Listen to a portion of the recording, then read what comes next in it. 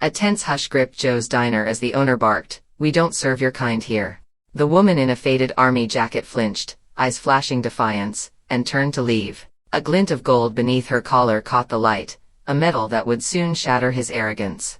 The morning sun cast a golden glow over Joe's diner, a quaint spot just off the highway near Fort Bragg, North Carolina.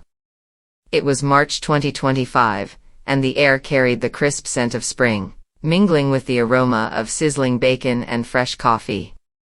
Inside, the diner hummed with the chatter of regulars, truck drivers, retirees, and a few soldiers grabbing breakfast before duty. The walls, adorned with vintage photos of the town, whispered history, but the new owner, Joe Thompson, had brought a different vibe since taking over 8 months ago.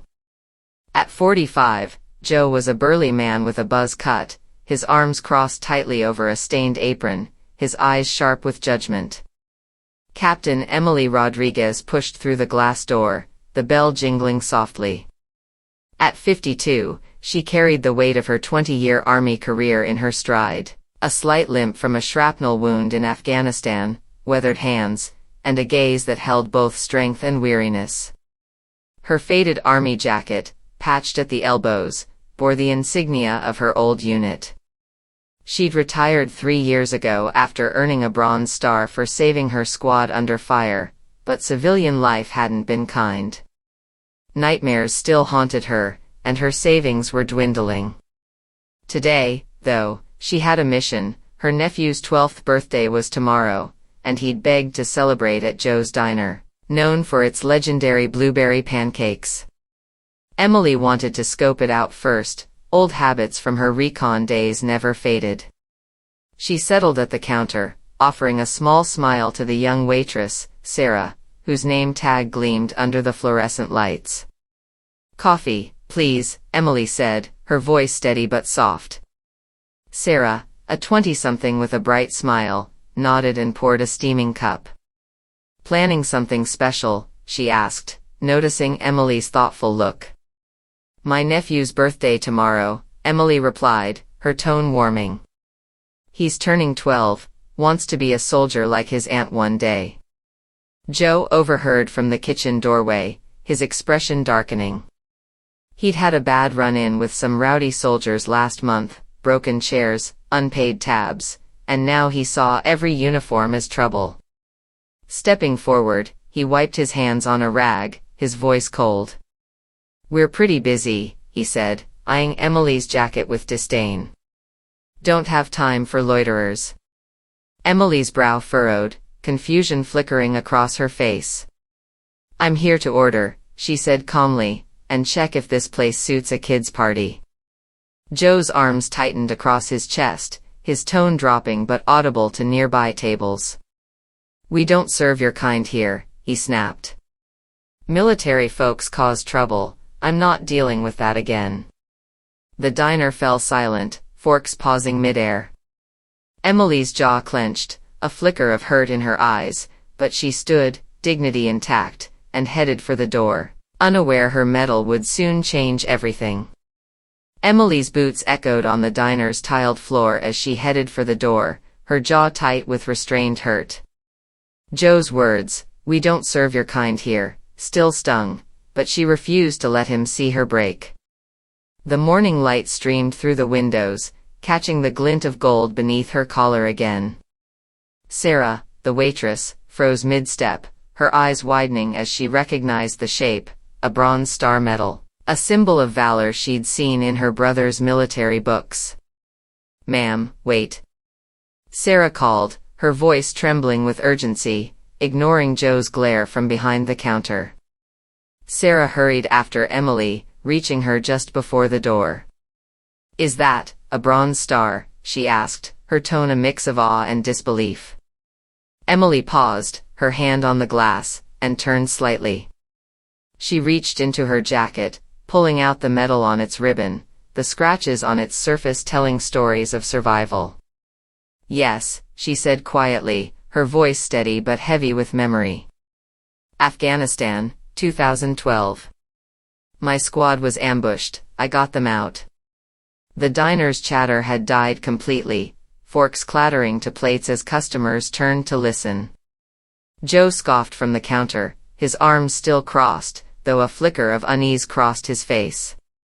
"A medal doesn't pay bills," he muttered, but his voice lacked its earlier bite. Sarah spun on him, her face flushed with indignation. "Do you even know what that means?" she snapped, her voice rising.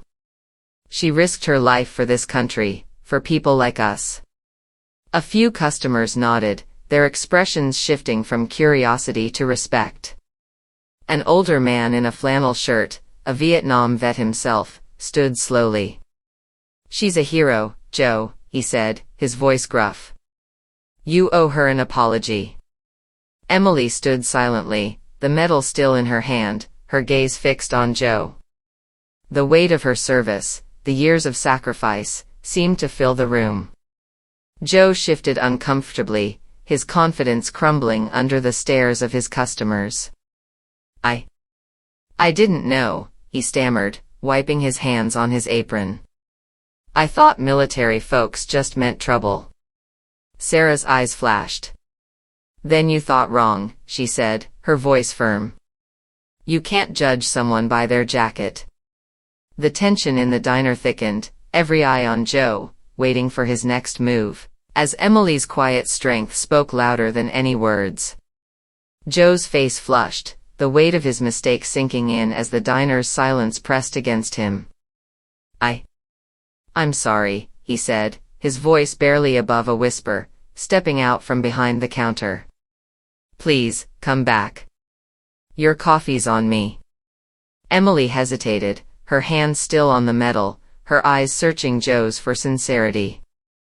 After a long moment, she nodded once, her expression unreadable, and returned to the counter. The customers watched, some whispering, others filming with their phones, sensing a story unfolding. Sarah poured a fresh cup of coffee, her hands trembling slightly. "What was it like?" she asked softly, her voice full of reverence. Emily took a sip, the warmth grounding her, and began to speak. "Kandahar, 2012, she said, her tone steady but distant. "We were on patrol when the Taliban hit us. My squad was pinned down, 3 wounded. I carried them to safety, one by one, through gunfire." Her words hung in the air, heavy with the cost of survival. A young soldier at a nearby table wiped his eyes, nodding in quiet respect. Joe listened, his earlier arrogance replaced by shame. "I had no idea," he muttered, running a hand over his buzz cut. "I've been wrong, about all of you." He glanced around the diner, then back at Emily.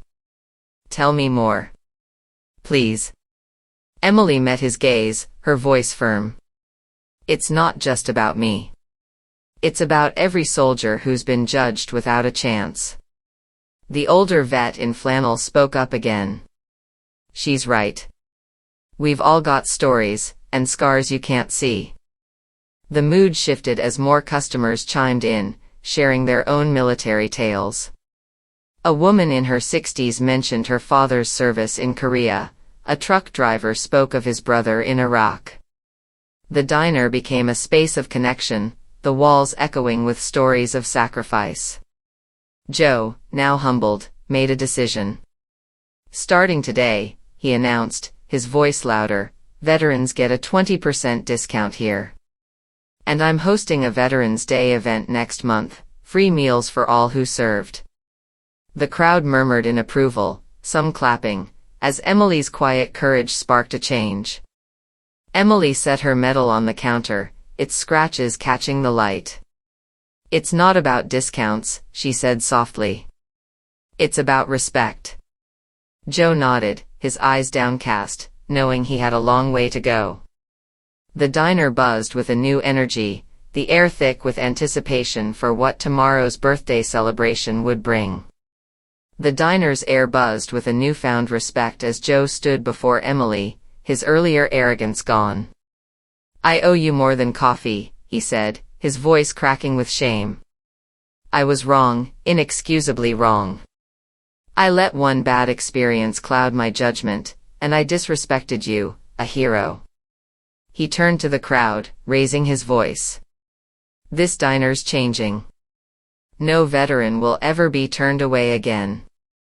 The customers erupted in applause, some wiping tears, others nodding in approval.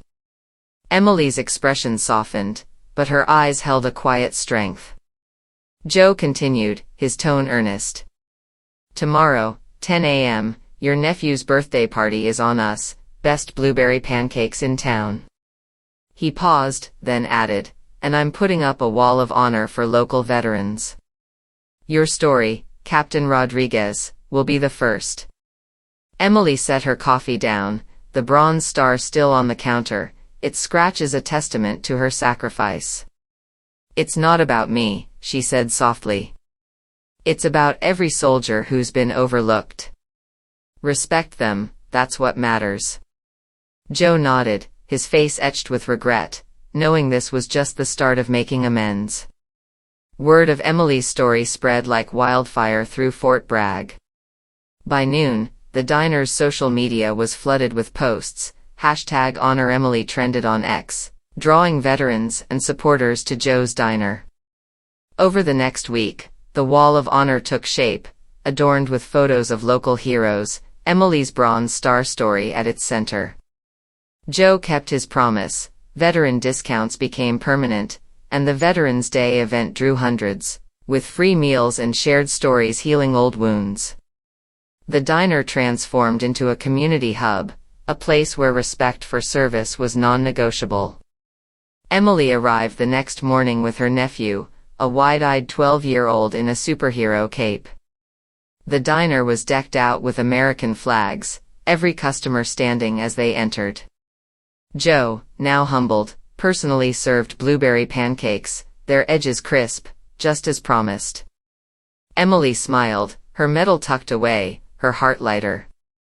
She'd never sought recognition, but her quiet courage had sparked a movement. The story of Joe's diner became a lesson in respect across North Carolina.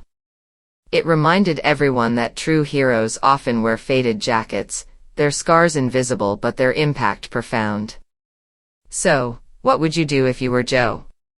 Would you own your mistake and make it right? Share your thoughts in the comments below, and don't forget to like, share, and subscribe for more stories that inspire change. Let's honor the sacrifices we can't always see.